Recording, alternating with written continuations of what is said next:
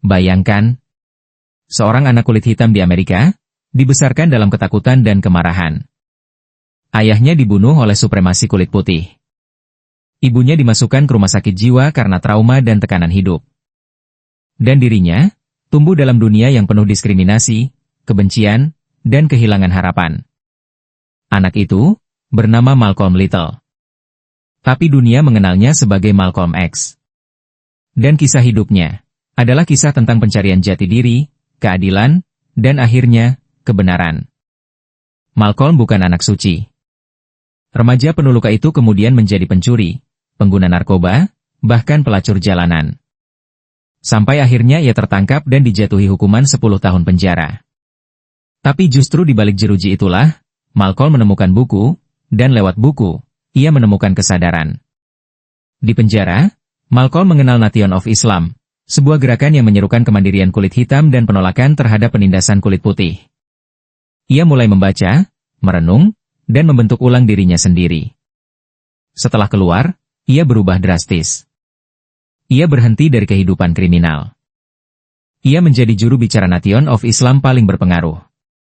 Dengan pidato tajam dan daya analisis luar biasa, Malcolm menjadi simbol perlawanan kaum kulit hitam terhadap sistem rasis Amerika.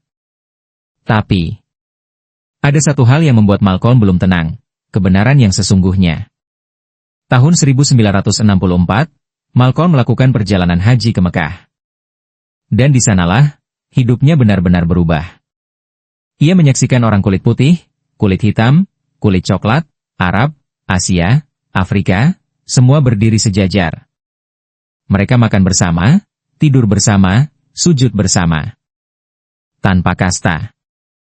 Tanpa warna. Tanpa diskriminasi.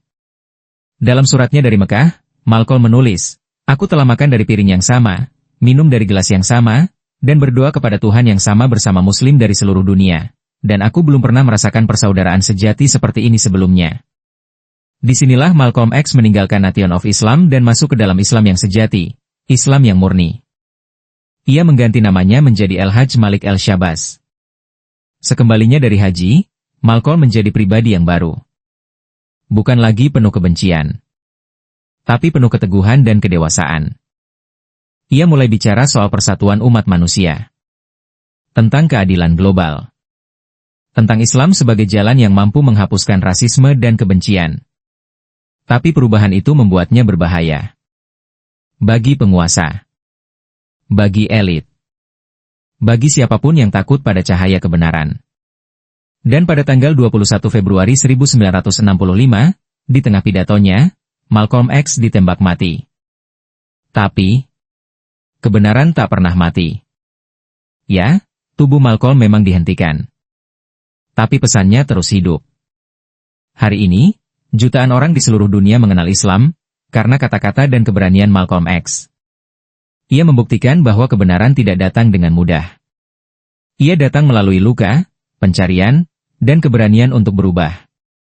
Warisan Malcolm X dalam kata-katanya, "Kau tak bisa membenci akar pohon, lalu bilang kau cinta pohonnya. Aku bukan melawan kulit putih. Aku melawan kesalahan." Islam satu-satunya agama yang menghapuskan rasisme. Malcolm X adalah contoh bahwa bahkan jiwa yang paling terluka pun bisa menemukan kedamaian, jika ia benar-benar mencari. Bahwa kebencian bisa berubah jadi hikmah. Bahwa Islam bukan milik ras manapun, tapi milik semua hati yang jujur. Hari ini, dunia butuh lebih banyak orang seperti Malcolm. Orang yang berani bertanya, berani berubah, dan berani mengorbankan hidupnya demi kebenaran. Semoga Allah merahmati beliau. El-Hajj Malik El-Shabazz. Seorang pejuang. Seorang mukmin. Seorang jiwa, yang akhirnya pulang.